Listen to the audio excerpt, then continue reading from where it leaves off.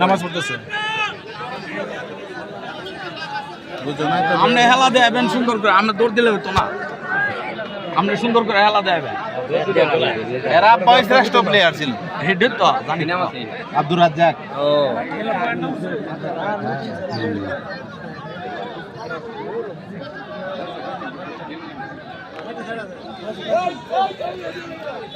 কি নাম? কি নাম দেখে নাও।